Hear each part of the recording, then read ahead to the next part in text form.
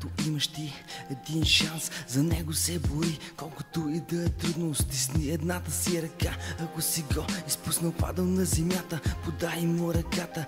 Ако този шанс е твоята мечта, ако той оставаше там през деня, ако гледаше те, когато ти стоеше сам на пеката и луташе се към коя посока да поемеш, трябва да се бори, знаеш ли. Трудно е, когато падаш и забравиш себе си, трудно е, когато имаш трудни моменти и няма кой да ти подаде ръка и оставаш сам. Защо ли караш ме да се предавам и да вярвам, че потъвам, че мога така аз да кажа тази дума тъжна?